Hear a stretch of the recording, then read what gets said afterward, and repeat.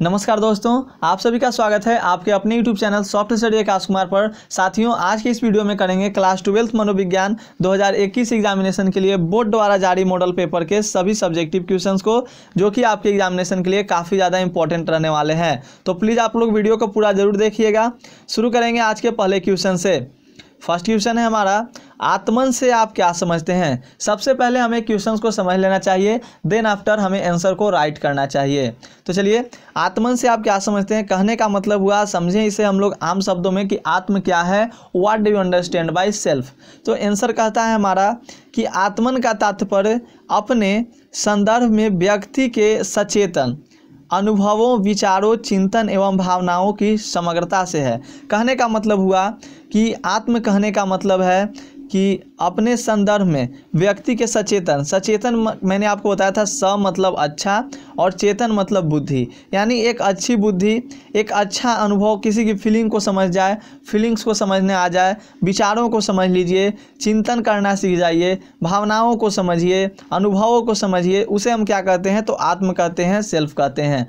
तो याद रखिएगा, काफ़ी ज़्यादा इंपॉर्टेंट है। मैंने आपको ये भी बताया था कि आत्म जो होता है वो विकसित कहाँ से होता है, तो लोगों के साथ अंतः क्रिया करने से। जैसे आप हम लोग प्राथमिक शुरू की बात कर लें, हम में आत्म का विकास, आत्म हम में कहाँ से विकसित होता है, तो कहा जाता है कि जो हमारे जन्म देने वाले माता पिता होते हैं, उन्हीं के साथ हम लोग अपना ज़्यादा समय बचपन का बिताते हैं, और उनके बाद जितने भी हमारे मित्र होते हैं, दोस्त होते हैं, सखा, बंधु, भाई, फ्रेंड्स जितने भी होते हैं, शिक्षक होते हैं, ये सब हमारे ये जो आत्म के विकसित करने में अपनी अहम भूमिका अदा करते हैं। तो ये भी याद रखिएगा, काफ़ी ज़्यादा इंपॉर्टेंट है। और आत्मन से आप क्या समझते हैं, तो आत्मन कहने का मतलब होता है कि सोचने की क्षमता, समझने की क्षमता, अनुभव करने की क्षमता, विचारों को, ये सब की समग्रता अगर आप में आ जाए तो उसे हम लोग क्या कहते हैं, आत्म कहते हैं। नेक्स्ट क्वेश्चन को करेंगे। क्वेश्चन 2 है हमारा, तनाव क्या है। बहुत ही इंपॉर्टेंट क्वेश्चन है। सिंपल वर्ड में अगर हम लोग समझ लें, तनाव किसे कहते हैं, यानी दबाव भी आप कह सकते हो, इसे दबाव कहिए या तनाव कहिए। क्या होता है, कभी कभी हम लोग स्ट्रेस में आ जाते हैं, तनाव में आ जाते हैं। ये इस समय जो हमारा जो नया जो आया है, हमारा जो अभी पीढ़ी चल रहा है, उस पीढ़ी में आप लोग देखिएगा, एक सिंपल सा एग्जांपल है। इस समय ज़्यादातर गर्लफ्रेंड बॉयफ्रेंड का जो है बहुत ज़्यादा मात्रा में प्रचलित हो चुका है, एक तरह से पैशन बन चुका है। तो यहाँ पर होता क्या है, कभी कभी मैंने भी मतलब अरिजीत सिंह का गाना आप लोगों को अच्छा लगने लगे तो समझिए कि आप तनाव से जूझ रहे हैं। याद रखिएगा, क्योंकि सब सैड सॉन्ग आप लोगों को अगर अच्छा लगने तो तनाव से जूझ सकते हो। समझ सकते हैं तनाव क्या है, मैंने ऐसे ही बोला। तनाव से तात्पर्य शारीरिक और भावनात्मक रूप से चिंता महसूस होना, मतलब चिंता करना। बिल्कुल जी, अगर आपको कोई छोड़कर चला जाए तो चिंता महसूस कीजिएगा। घर में अगर मान लीजिए किसी की मृत्यु हो जाती है, शोक सभा हो जाता है, तो चिंता हो जाता है, चिंता का महसूस होता है। कभी कभी व्यक्ति को गुस्सा भी आता है, और व्यक्ति कभी कभी निराश भी होता है, या घबराहट जैसी महसूस फीलिंग्स आने लगता है कि नहीं, हमको घबराहट हो रहा है, बेचैनी हो रहा है, तो उसे हम लोग कहते हैं तनाव। ठीक है, क्लियर रहेगा तनाव क्या कहते हैं। और जीवन में जो ये सब तनाव होते हैं, इसे अब हम लोग बाह्य प्रतिबलक को प्रतिक्रिया तनाव कहते हैं, ये भी आप लोग समझ सकते हैं। और जीवन की चुनौतियों, समस्याओं तथा कठिन परिस्थितियों जो होती है, कठिन परिस्थितियां होती है, वही हमें तनाव में डालती है, यानी दबाव हमारे अंदर वही विकसित करती है। सिंपल सा एग्जाम्पल मैंने आपको समझाया। किसी की मृत्यु का भी आप एग्जाम्पल लेकर समझ सकते हैं। अगर मान लीजिए मृत्यु किसी के यहाँ हो जाती है तो क्या होते हैं, लोग ज़्यादातर तनाव में आ जाते हैं, या पारिवारिक कोई भी प्रॉब्लम हो, समस्या हो जिसके कारण। तो आप अपने वर्डों में बनाकर लिखिएगा, बिल्कुल आपको मार्क्स मिलेंगे। नेक्स्ट क्वेश्चन कहता है, कोई ज़रूरी नहीं कि यही रटिए, आप केवल समझ लीजिए और उसको बना कर लिखिए। थर्ड नंबर क्वेश्चन कहता है हमारा, थोड़ा समझने की कोशिश कीजिए। दुश्चिंता का अर्थ बताइए, यानी कहने का मतलब एनेक्सिटी। तो क्या होता है दुश्चिंता, यही हम लोग समझेंगे। तो साथियों, सबसे अच्छी तरीका यह समझिए कि जिसमें आपकी मानसिक व्यथा, एक तरह से ये भी क्या है, एस्कीमा है। तो मानसिक व्यथा की एक दशा है जिसमें क्या आपको होगा, कभी कभी भय रहेगा, कि आशंका होगा, शक करना आप सीख जाइएगा, भय भी आपको होगा। शारीरिक भाव प्रबोधन में उद्वेलन पाया जाता है, मतलब आपका जो शारीरिक भाव प्रबोधन होगा वो आपका मतलब बदलते रहेगा, आप व्यथा में रहिएगा, बेचैनी महसूस कीजिएगा। दुश्चिंता का अर्थ होता है। और चिंता का मतलब समझते हैं ना, चिंता करना यानी बेचैनी जैसा महसूस करना, तो वही दुश्चिंता यहाँ पर एनेक्सिटी है, समझिए। दुश्चिंता विकार का संबंध जो होता है न्यूरोट्रांसमीटर गामा एमिनोबेट्रिक एसिडिक की निम्न क्रियाशीलता से है। यानी अगर हम लोग वैज्ञानिक तरीका ढूंढे तो ये हमारा वैज्ञानिक तरीका है कि इसमें क्या होता है, न्यूरोट्रांसमीटर का गामा जो एमिनोबेट्रिक एसिडिक होता है ये निम्न मात्रा में क्या होता है, क्रियाशील करता है। और इसके लक्षण क्या क्या हैं तो ये भी आप लोग जान लीजिएगा। हृदय गति का तेज होना, सांस की कमी होना, दस्त होना, भूख न लगना, बेहोशी या चक्कर आना, निद्रा की कमी, बार बार पेशाब करना या कपकपी यानी थरथराना जिसे आप कहते हैं, तो ये आपका सही आंसर हो जाएगा। दुश्चिंता का अर्थ समझ चुके होंगे आप लोग। यानी अगर आपको ना याद रहे तो चिंता मतलब क्या होता है, इस तरह से आप लोग आंसर दीजिएगा कि चिंता एक तरह की क्या है, मानसिक व्यथा है जिसमें हम लोग को क्या होता है, भय लगता है। चिंता करना मतलब टेंशन में रहते हैं, आशंका करते हैं, शारीरिक भाव प्रबोधन क्या होता है हमारा खराब रहता है। उम्मीद करता हूं समझ में आ रही है। अगर वीडियो समझ आए तो प्लीज़ वीडियो को लाइक कर देंगे सभी लोग और अपने दोस्तों के साथ शेयर कर दीजिएगा। नेक्स्ट क्वेश्चन कहता है हमारा क्वेश्चन 4। हाँ, PDF मैं इसका टेलीग्राम पे दे दूंगा तो आप लोग वहां से डाउनलोड कर लेंगे। क्वेश्चन 4 कहता है हमारा मानव व्यवहार पर शोरगुल का प्रभाव बताएं। सिंपल सा टर्म्स है। दिवाली का अगर हम लोग एग्जांपल लेते हैं तो दिवाली के दिन में क्या होता है, ज़्यादा मात्रा में पटाखे उटाखे फोड़े जाते हैं तो हमारा क्या होता है, किस तरह का हमारा व्यवहार होता है, चिड़चिड़ापन। अगर मान लीजिए कोई हार्ट पेशेंट है तो चिड़चिड़ापन करेगा ही। तो सिंपल सा। और हाँ, एक क्वेश्चन में यहाँ पे आपको बता दूँ, आपके एग्जामिनेशन में पूछा गया था शोरगुल से आप क्या समझते हैं। तो समझिएगा, शोरगुल कहने का मतलब हो गया कि जो वॉइस आपको पसंद नहीं हो वो शोरगुल है, जो आवाज़ आपको पसंद नहीं है वो शोरगुल है। अगर आपको मान लीजिए कि गाना सुनना बहुत ज़्यादा पसंद है लेकिन आपके घर में किसी को गाना सुनना पसंद नहीं है तो वो उनके लिए शोरगुल होगा और आपके लिए वो शोरगुल नहीं है लेकिन उनके लिए वो शोरगुल है। अगर गांव घर के बच्चे आपके गली मोहल्ले में खेल रहे हैं और वो लोग गोली खेल रहे हैं, जो भी मतलब कहिए तो खेल रहे हैं और वो ज़्यादा मात्रा में हल्ला करते हैं तो उनके लिए तो वो शोरगुल नहीं है, बट आपके लिए, आप वहाँ पे अगर सुन रहे हो तो आपके लिए वो शोरगुल होता है। तो ध्यान रखेंगे। क्वेश्चन हमारा कहता है कि मानव व्यवहार पर शोरगुल का प्रभाव बताएं। हमारे बिहेवियर पर शोरगुल का क्या प्रभाव पड़ता है। सिंपल सा आंसर हो जाएगा कि शोरगुल जो होते हैं हमारे चिंतन, स्मृति तथा अधिगम पर प्रतिकूल प्रभाव डालता है। शोर से हमारी सुनने की क्षमता में कमी आ सकती है तथा मानसिक क्रियाओं पर निषेधात्मक प्रभाव पड़ता है क्योंकि इससे एकाग्रता की कमी हो जाती है। यानी हम लोग किसी चीज़ पे कंसंट्रेट नहीं कर पाते हैं। अभी मैं आपको पढ़ा रहा हूँ और बगल में कोई बच्चा आकर डांस करने लगे, कस कस कर चिल्लाने लगे तो मैं अच्छे से नहीं पढ़ा सकता हूँ। तो ध्यान रखिएगा क्या होता है, इसमें व्यक्ति की जो मानसिक जो एकाग्रता होती है वो कम हो जाती है। ये आपका पहला हो गया। आप ये भी लिख सकते हैं कि वो अच्छे से चिंतन नहीं कर सकता, उसकी स्मृति ज़्यादा देर तक नहीं रहती है, ये सब सुनने की क्षमता भी कम हो जाती है। तो बहुत सारे पॉइंट्स हैं, आप खुद से भी लिख सकते हो या समझ भी सकते हैं। नेक्स्ट क्वेश्चन कहता है हमारा आज्ञाकारिता क्या है। थोड़ा ध्यान दीजिएगा, इंपॉर्टेंट क्वेश्चन है। Question number 5 2021 model paper, board द्वारा जारी मॉडल पेपर का ये सब क्वेश्चन है, तो थोड़ा ध्यान रखेंगे आप लोग। आज्ञाकारिता क्या है साथियों। आज्ञाकारिता कहने का मतलब होता है कि आज्ञा मानना। अब सिंपल सी बात आप लोग समझिए, जनरली तौर पे हम लोग समझते हैं आज्ञा कब मानेंगे, जब हमें कोई आज्ञा देगा तो उसी बात को हम लोग लैंग्वेज में बनाकर लिख देंगे। क्या, तो देखिए क्या ऐसे मैंने लिखा है, ध्यान दीजिएगा यहाँ पे। आज्ञा पालन सामाजिक प्रभाव का सबसे प्रत्यक्ष रूप है, क्योंकि कोई व्यक्ति किसी को आदेश देता है तो वह व्यक्ति उसका पालन करता है, जिसे आज्ञाकारिता कहा जाता है। यानी मैंने अगर आपको आज्ञा दिया कि तुमको क्या करना है, आपको क्या करना है, 2019 से लेकर या 2020 से लेकर 2009 तक के जितने भी सब्जेक्टिव क्वेश्चन है सबको रट जाना है। अगर आपने मेरी आज्ञा को पालन कर लिया तो इसी के अर्थ में आप समझिए आज्ञाकारिता क्या है। तो सिंपल से क्वेश्चंस आएंगे, डिफिनीशन टाइप क्वेश्चंस को आप लोग याद कर लेंगे। वैसे मैं आपको कल डिफिनीशन टाइप क्वेश्चंस करा ही दूंगा, जितने भी डिफिनीशन टाइप क्वेश्चंस हैं सब मैं करा दूंगा, ताकि आपके एग्जामिनेशन में आसानी से आप एग्जामिनेशन में एग्जाम को मैनेज कर पाएँ, अच्छे से लिख पाएँ। 6 नंबर क्वेश्चन कहता है पूर्वाग्रह से आप क्या समझते हैं। काफ़ी ज़्यादा इम्पोर्टेंट है। पूर्वाग्रह से आप क्या समझते हैं साथियों, बहुत ही इम्पोर्टेंट। आप देखिए, पूर्वाग्रह जो होती है किसी भी विशिष्ट समूह के प्रति नकारात्मक अभिव्यक्ति है।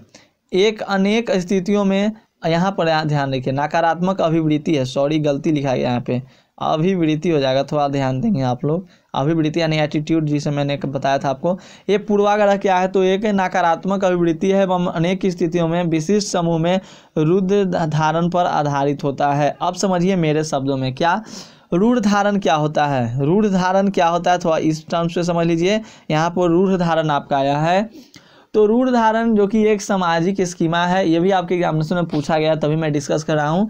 एक विशिष्ट समूह के प्रति अति सामान्यकृत विश्वास होता है, और पूर्वाग्रह जो होता है वो साहचर्य, पुरस्कार एवं दंड, दूसरों के प्रेक्षण, समूह या संस्कृति को मानक तथा सूचनाओं की अवेलेबिलिटी, यानी सूचना का मतलब वहाँ पे आवश्यकता, परिवार, संदर्भ समूह, व्यक्तिगत अनुभव तथा संचार का माध्यम के द्वारा क्या होता है, हम लोग पूर्वाग्रह को समझ सकते हैं। सिंपल से वर्डों में आप समझिए कि पूर्वाग्रह किसी भी विशिष्ट समूह के प्रति क्या होता है, तो एक तरह का नकारात्मक अभिवृत्ति है, जो कि अनेक स्थितियों में विशिष्ट समूह का रुद्र धारण पर आधारित होता है। नेक्स्ट हमारा क्वेश्चन कहता है क्वेश्चन 7, जनसंख्या विस्फोट क्या है। बहुत ही इंपॉर्टेंट क्वेश्चन है, थोड़ा ध्यान दीजिएगा। जनसंख्या विस्फोट क्या है, तो जब किसी देश की जनसंख्या की मृत्यु दर में कमी होती है। जनसंख्या विस्फोट कहने का मतलब जनसंख्या का बहुत ज़्यादा बढ़ जाना, अत्यधिक मात्रा में जनसंख्या का क्या हो जाना, तो बढ़ जाना। तो कहता है हमारा कि जब किसी देश की जनसंख्या मृत्यु दर में कमी होती है, बाल मृत्यु दर में कमी होती है, लेकिन जन्म दर और जीवन प्रत्याशा में वृद्धि होती है, इन सब में संयुक्त प्रभाव के कारण जनसंख्या में बहुत तेज़ी से वृद्धि, इसे ही जनसंख्या विस्फोट कहा जाता है। अब मृत्यु दर में हो जाएगी कमी और जन्म दर बढ़ते जाएगा, तो जनसंख्या एक तरह से क्या होगा, बहुत ज़्यादा बढ़ जाएगा, वेरी ह्यूज मात्रा में, बहुत कह सकते हैं कि वेरी लार्ज क्वांटिटी में क्या होगी, जनसंख्या बढ़ जाएगी, और हमारे यहाँ जनसंख्या विस्फोट करने का भय भी बन जाएगा। ज्योग्राफी में मैंने आपको पढ़ाया भी है कि जनसंख्या जो थी पहले हमारे यहाँ, मतलब पूरे विश्व का जनसंख्या था केवल 90 लाख। आज देखिए, आज अगर भारत की ही बात कर ले तो 125 करोड़ हो गए हैं हमारे लोग।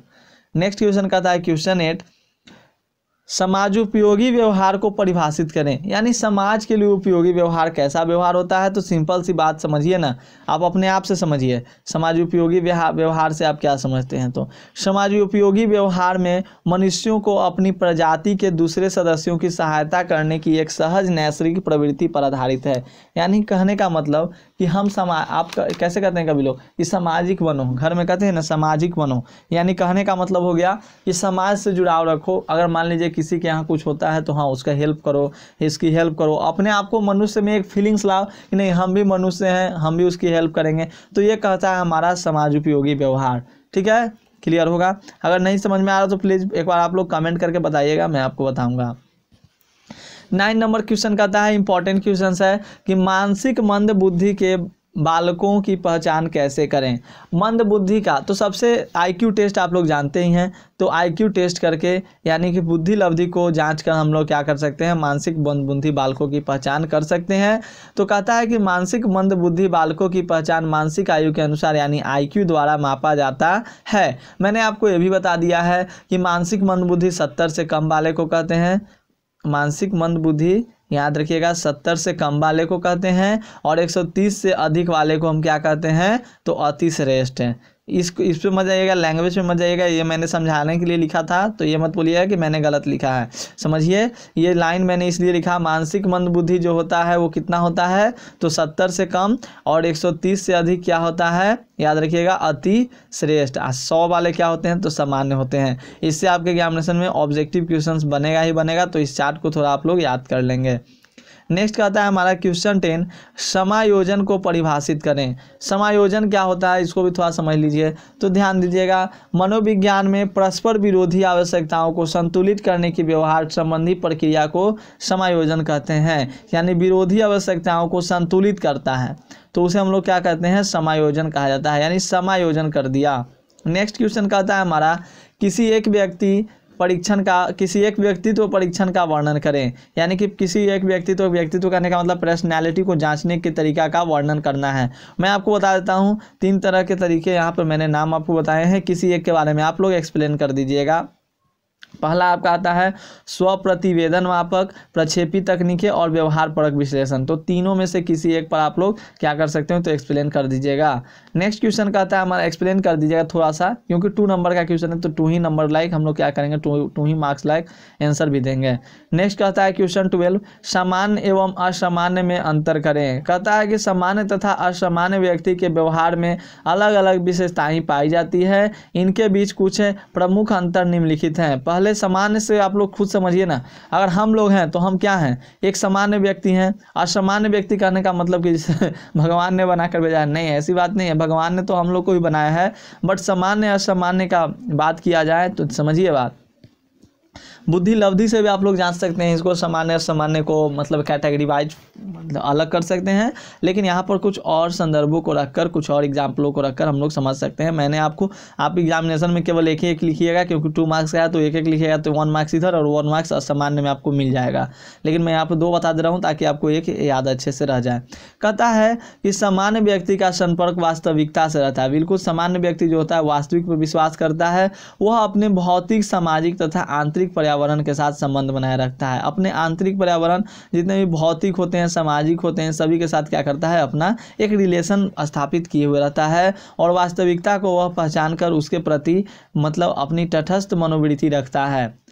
क्लियर है। नेक्स्ट कहता है हमारा सेकेंड लाइन कि सामान्य व्यक्ति के कार्यों में सहजता होती है, स्वाभाविकता होती है, समयानुसार व्यवहार करने की योग्यता रखता है, साथ ही साथ ऐसे व्यक्तियों से संवेगात्मक परिपक्वता भी रहती है, यानी समय आने पर कार्य कर देगा, मतलब समझने वाला। एक लायक बेटे को ही कहते हैं सामान्य, और नालायक बेटे को कहते हैं असामान्य, थोड़ा ध्यान देंगे। नेक्स्ट क्वेश्चन हमारा कहता है कि असामान्य व्यक्ति के बारे में, सॉरी क्वेश्चन नहीं, मतलब असामान्य व्यक्ति क्या है तो समझेंगे आप सभी लोग। कहता है कि असामान्य व्यक्ति का संबंध वास्तविकता से विच्छेदित रहता है, वह वास्तविकता से दूर अपने भिन्न दुनिया में खोया रहता है। तुम जो आए जिंदगी में बात बन गई, मतलब असामान्य व्यक्ति जो होता है वो अपने आप की दुनिया में खोया रहता है, जो तुम न हो रहेंगे हम नहीं, मतलब करते रहता है। समझ सकते हैं आप लोग, इस टर्म से समझिए, वो असामान्य हो गया। कहने का मतलब कि हम लोग जैसा नहीं, हम लोग जैसा नहीं। नेक्स्ट कहता है हमारा क्वेश्चन यहाँ पर सेकंड पॉइंट, असामान्य व्यक्ति विचित्र तथा अस्वाभाविक हो हरकतें करता है, यानी ऐसी ऐसी कुछ हरकतें करेगा जिससे आपको खुद एहसास हो जाएगा, करे ये आदमी है कि जानवर। तो समझ सकते हैं, उसमें परिस्थिति के अनुरूप व्यवहार करने की क्षमता का अभाव रहता है। तो दोस्तों ये भी क्वेश्चंस आपको क्लियर होगा कि सामान्य क्या होता है, असामान्य क्या होता है। तो इसे आप लोग देखिए 2 तरह से आप कर सकते हैं। यहाँ पर ना तो आदमी के बारे में आपका मॉडल सेट में क्वेश्चन देखिएगा, थोड़ा क्वेश्चन में गड़बड़ी है। सामान्य असामान्य व्यवहार अगर कथा तो हम लोग व्यवहार पर आंसर देते हैं। अगर अभिवृत्ति की बात की जाती कि सामान्य अभिवृत्ति और असामान्य विवृत्ति में क्या समझते हैं, सामान्य व्यक्ति और असामान्य व्यक्ति में क्या समझते हैं, तो इस पर बहुत सारे आंसर भी आपके बन सकते थे, क्योंकि इसमें 2 टाइप का क्वेश्चन हो सकता था, बट यहाँ पर समान असमान का है तो आप ये भी लिखकर पार कर सकते हैं, आपका अच्छा खासा मार्क्स दिया जाएगा। तो ये जितने भी मैंने 12 क्वेश्चंस आपको कराए हैं इस वीडियो में, ये काफ़ी ज़्यादा इंपॉर्टेंट है, और 13 नंबर क्वेश्चंस की वीडियो मैं कल अपलोड कर दूंगा। तो प्लीज़ आप लोग वीडियो को, अगर वीडियो आप लोग को समझ में आए तो वीडियो को लाइक कीजिएगा, और अगर आप चाहते हैं कि सेकंड वीडियो भी आए इसका, तो वीडियो चैनल को सब्सक्राइब जरूर कीजिएगा, और अपने दोस्तों के साथ वीडियो को शेयर कीजिएगा। मिलते हैं हम लोग अगले वीडियो में, तब तक के लिए धन्यवाद। Take care all of you.